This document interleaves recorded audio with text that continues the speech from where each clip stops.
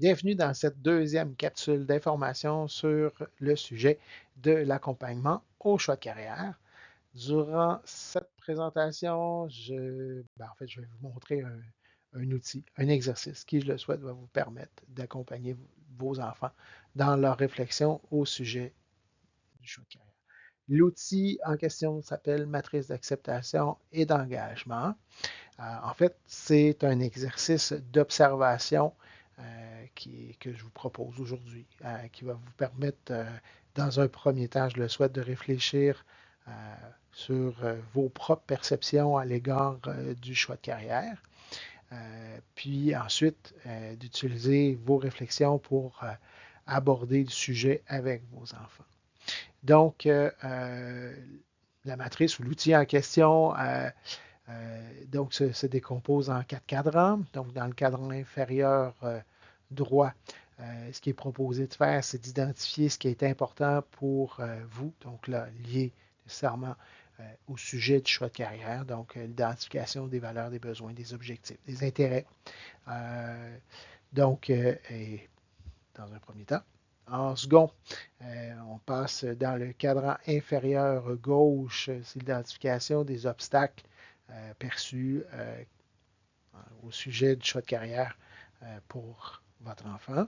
Donc, les croyances, les émotions, les sentiments que vous pouvez ressentir comme parent à l'idée d'accompagner votre enfant dans ses réflexions au sujet de son choix de carrière.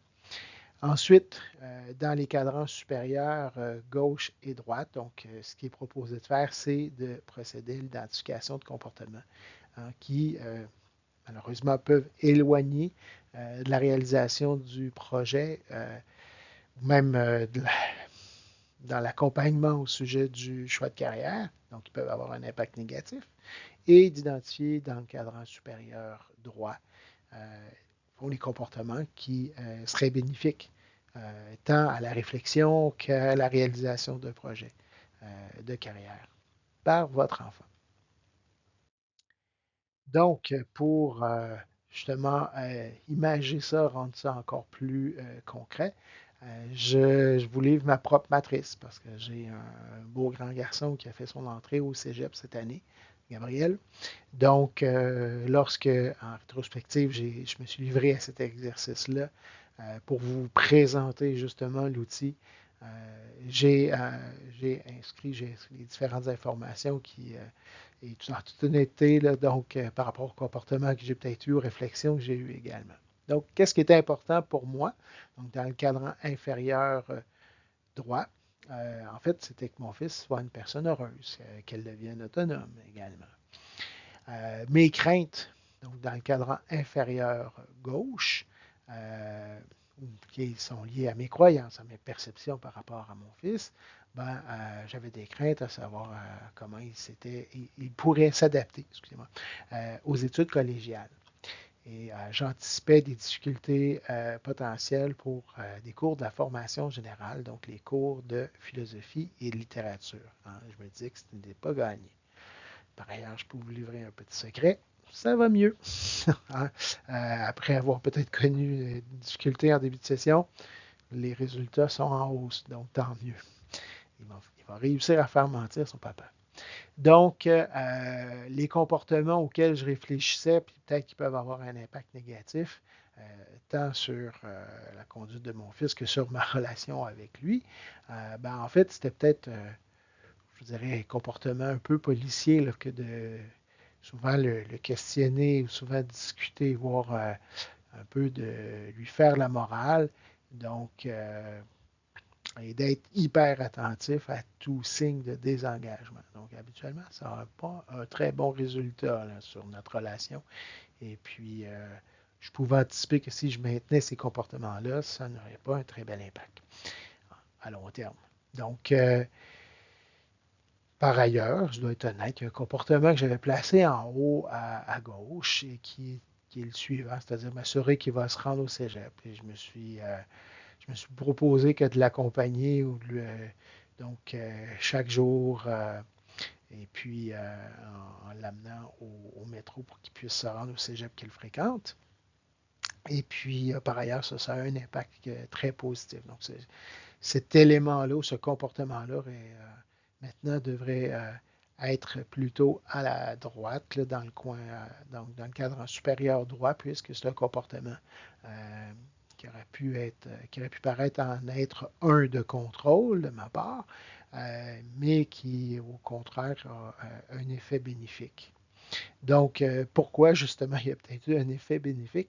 C'est que, au fond, dans ma relation avec mon garçon, je me suis promis que, ou en tout cas, je me suis dit que ce serait plus productif que d'être attentif à ce qu'il me dit, à chercher plutôt à l'encourager sans formuler de commentaires dans lesquels je partagerais mes peurs, mes croyances au sujet de sa réussite scolaire, au sujet de son engagement, au sujet de la production de ses devoirs, ses travaux scolaires, et ainsi de suite. Donc, et puis, nécessairement, je m'étais promis de ne pas faire de comparaison avec son frère aîné, hein, qui a débuté sa résidence en médecine. Donc, vous pouvez imaginer quel poids ça peut représenter que soi-même, pour soi-même, hein, que de se comparer à un frère aîné qui réussit très bien, qui excelle à l'école, donc, et ce depuis très longtemps. Donc, ça représente un poids hein, pour mon fils à cet égard-là. Donc, ne pas le comparer, euh, même lorsque ce serait peut-être fait de façon indirecte, mais pas du tout. Donc, pour que l'expérience de Gabriel au cégep soit le sien, puis que ce ne soit pas celui de mon autre garçon. Voilà. Donc, maintenant, l'exercice que je vous propose hein, avec cet outil-là, c'est de réfléchir tant à vous qu'à votre enfant. Donc, euh, qu'est-ce qui vous apparaît important? Donc, dans un premier temps, là, vous pourriez prendre des feuilles de papier, un bon crayon, pour noter, donc, dans le cadran inférieur droit, euh, les informations par rapport à vous, qu'est-ce que vous croyez être important au sujet du choix de carrière hein, pour votre enfant.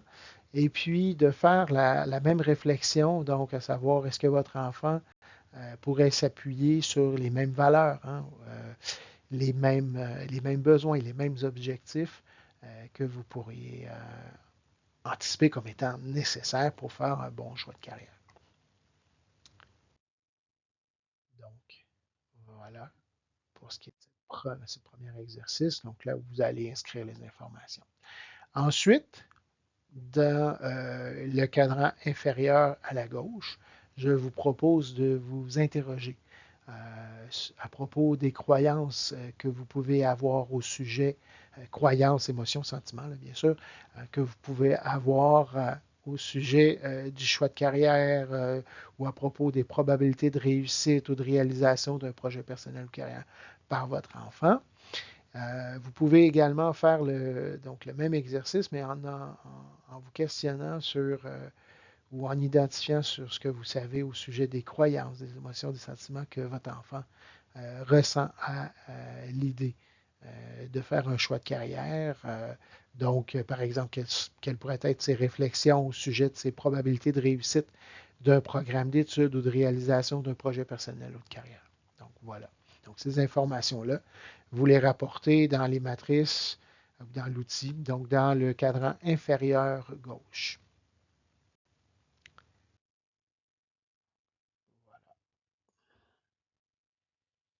Donc, les croyances, les émotions, les sentiments, donc, nécessairement pour un jeune, hein, ben, c'est souvent les émotions ou les croyances les plus fréquentes, c'est la peur de se tromper ou de faire un mauvais choix. C'est également souvent des croyances que nous pouvons avoir comme parents hein, à l'égard du choix de carrière qui peut être fait par notre enfant. Nécessairement pour certains, ça peut même être contexte anxiogène. Hein, donc, on peut ressentir de l'inconfort, de l'anxiété face à la question du choix, face à la démarche elle-même, hein, etc. Également, donc, les croyances qui sont assez communes là, chez les élèves ou les parents. Donc, l'idée que, par exemple, l'enfant ne trouvera jamais le programme qui va véritablement lui convenir. Euh, L'hésitation également, là, qui peut être exprimée par des élèves ou les mêmes réflexions qui peuvent être faites par un parent. Donc, voilà. Maintenant, pour ce qui est des cadrans supérieurs, tant à gauche qu'à droite, donc c'est l'identification de comportement. Donc, l'exercice qui vous est proposé maintenant, hein, c'est d'identifier les actions de votre part qui pourraient avoir un impact négatif sur la réalisation d'un projet ou sur la réflexion elle-même au choix de carrière. Et également, vous pourriez identifier les comportements ou inscrire les comportements que vous avez identifiés qui pourraient peut-être avoir un impact négatif chez votre enfant. Hein. Donc, des gestes, des comportements qu'il pourrait ou qu'elle pourrait poser qui pourraient avoir un impact négatif sur la réalisation d'un projet de carrière.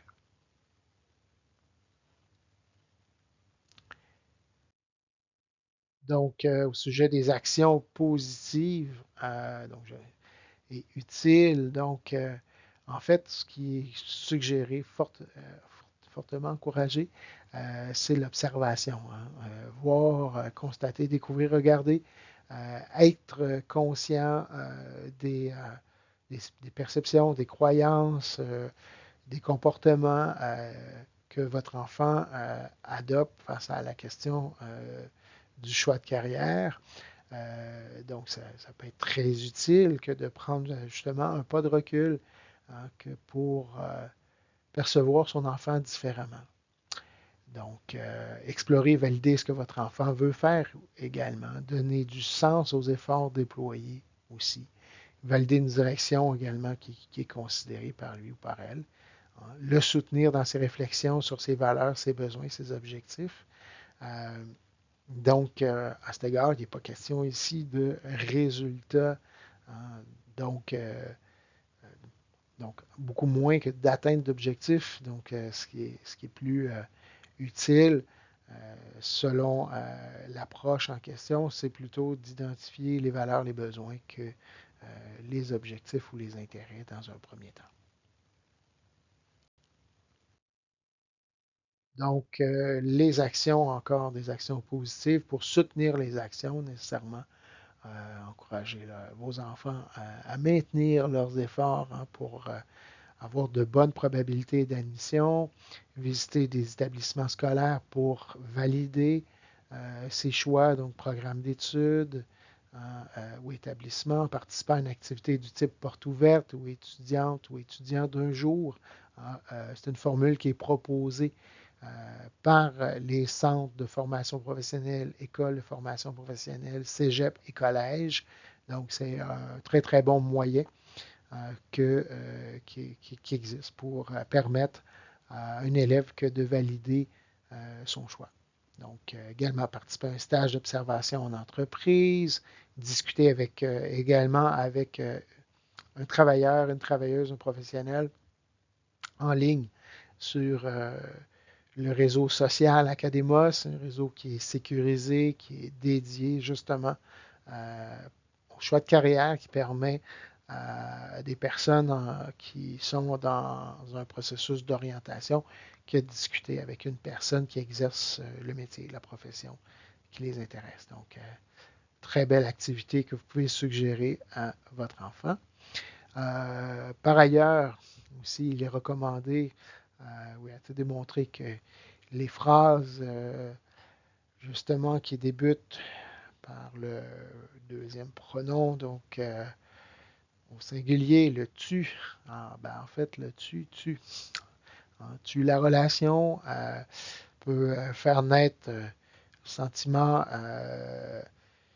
d'incompétence également, peut faire naître le doute. Donc, habituellement, les phrases au-dessus, on tend en tout cas à en faire un usage restreint. Donc, ensuite, nécessairement, l'objectif, hein, puis c'est toujours d'avoir des comportements utiles, donc c'est encourager hein, les choix basés sur ce qui est important pour l'enfant. Donc, l'identification de valeurs, des besoins, habituellement, c'est plus efficace. les comportements qui, par ailleurs, peuvent éloigner, là, on en a déjà un peu traité. Donc, recommander des programmes d'études connus ou qui pourraient retarder la réalisation d'un projet considéré par votre enfant. Donc, on pourrait considérer ce type de comportement-là comme étant un comportement d'évitement. Comme je l'ai déjà énoncé, les phrases formulées au-dessus. Donc, et tenir également un discours qui pourrait être un peu dramatique, là, du type un choix pour la vie. Hein, par ailleurs, c'est un mythe. Euh, la preuve en est que plusieurs élèves qui font un choix à la fin du secondaire peuvent réviser ce choix-là. Bon nombre vont le faire. En fait, c'est plutôt un faible nombre qui vont réaliser le projet énoncé à la fin du secondaire. Euh, donc, selon les recherches, là, c'est près de 25 à 30 des élèves finissants qui ont énoncé un projet, qui vont le maintenir et qui vont le mener à son terme. Donc, tenir le discours contraire, donc c'est comme je l'énonçais dans la première capsule, l'inscription ou l'admission dans un programme, donc dans un premier temps l'admission, bien sûr, l'inscription par la suite. Hein, ce n'est qu'une première étape, le passage en formation professionnelle ou aux études collégiales par la suite durant les premiers mois. Hein, et là, c'est véritablement le cas. C'est une étape de validation du choix souvent qui se produit. Donc, également, ce qui n'est pas encouragé, c'est la prise en charge de la démarche, hein, pour votre enfant, habituellement. Ce que l'on observe, c'est que ça ne donne pas les résultats escomptés. Donc, les comportements qui éloignent de la prise de décision, tant chez l'élève que le parent, c'est encourager à faire des choix rapides, là, à agir prématurément ou impulsivement pour éviter l'inconfort relié à l'incertitude et au doute. Au fond, il peut être utile d'encourager ou de normaliser à certains égards les sentiments ou les émotions qui sont inconfortables par rapport à cette situation-là, savoir que le doute peut être sain, que parfois il est normal que de prendre du temps que pour y réfléchir et que cela peut avoir justement des conséquences sur ce que l'on ressent. Donc, et ça, ce n'est pas banal. Donc, ça permet à l'enfant de se sentir mieux que de savoir qu'est-ce qu'il ressent, même si c'est négatif, que c'est normal à certains égards. Également, des comportements là, pour se distraire ou pour éviter d'aborder le sujet. Donc, ce pas des comportements qui sont habituellement productifs. Donc, vos enfants, je vous assure, hein, ils en sont tout à fait conscients. Également, être passif, procrastiner, remettre à plus tard, choisir de ne pas faire de démarche, de ne pas étudier, de ne pas déposer de demande d'admission. Et je n'exagère pas, ça arrive. Donc, ce sont également des comportements négatifs. Et puis, également, demander l'avis, hein, être personne et de chercher de l'information continuellement peut être également une forme de comportement d'évitement. Donc, je vous les ai énoncés simplement pour que vous y soyez sensibles. Donc, parce qu'il serait fort normal que vous les observiez. Donc, en résumé, l'impact de la dynamique sur le choix. Donc, habituellement, lorsque l'on explore les valeurs, la prise des décisions et les facilités, les croyances, les émotions, les sentiments peuvent être de puissants freins à la réalisation d'un projet. Ils sont liés au monde intérieur, donc aux réflexions, aux ruminations que l'on peut avoir comme personne. Donc, vous-même, vous pouvez avoir que vos enfants peuvent avoir également. Donc, ce sont des sujets qui sont liés peut-être à l'inconfort ressenti, mais qu'il est utile que d'aborder. Les actions négatives, donc, qui peuvent être soutenues par les croyances, les émotions, les sentiments, hein, qui éloignent de la prise de décision, donc ce qui Alors, ce qui était proposé en fait dans l'exercice, c'était de vous permettre que d'y réfléchir et puis que d'aborder ce sujet-là avec vos enfants pour nécessairement arriver à l'identification de comportements qui vont soutenir la prise de décision, qui vont rapprocher de ce qui est important pour votre enfant dans la réalisation d'un projet de carrière. Donc, les sources, vous les avez maintenant à l'écran. Je me suis inspiré du cahier de formation. Donc, sur l'approche de l'acceptation et de l'engagement. Donc, et puis du livre La thérapie d'acceptation et d'engagement de guide clinique, publié aux éditions de Boeck. Voilà. Sur ce, je vous dis à bientôt. Donc, si vous avez des questions, vous pouvez également m'écrire via le portail de l'école. Vous pouvez également me joindre au poste 441. Donc, fera plaisir de vous accompagner durant les prochaines semaines, les prochains mois, hein, jusqu'à la date du 1er mars. Puis ensuite également, je resterai présent auprès des élèves. Donc, je vous dis à bientôt.